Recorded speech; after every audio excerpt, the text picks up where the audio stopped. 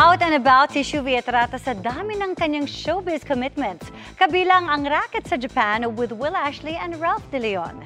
Isa na rin siyang Choose Good Ambassador at nakibahagi pa sa International Coastal Cleanup Day. Makichika kay Nelson Canlas. Mula sa magazine covers hanggang endorsement launches, pag-guest sa podcast tulad ng I Listen with multi-awarded broadcast journalist and host Cara David, pati ang shoots ng mga serye at pelikula. Shuvi Etrata is definitely one of the busiest actors today. Kamakailan lang, nagpunta pa siya sa Land of the Rising Sun kasama ang kanyang PBB housemates na sina Will Ashley at Ralph De Leon, kung saan nakapag-food trip sila at pictorial pa ng nakakimono.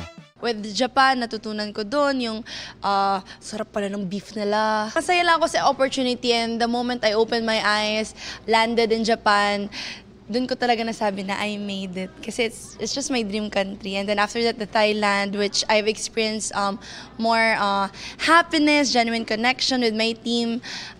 Mas nag-enjoy ako. Parang work didn't feel like work at all. Proud naman si Shuvi sa kanyang first ever horror movie mula sa GMA Pictures at Mentor Production collab na Huwag Kang Titingin. Horror is something na alam kong challenging for me. So, however, I took the chance and I faced the challenge myself. So, I'm just excited for the people to see the outcome, the result of the movie. Bilang Choose Good Ambassador ng Environment and Nutrition, nakibahagi si Shuvi sa kick-off ng International Coastal Cleanup Day sa Las Piñas, Parañaque Wetland Park. Nakibahagi dito ang volunteers kabilang na ang mga mula sa Kapuso Network at Pangkat Shuvi.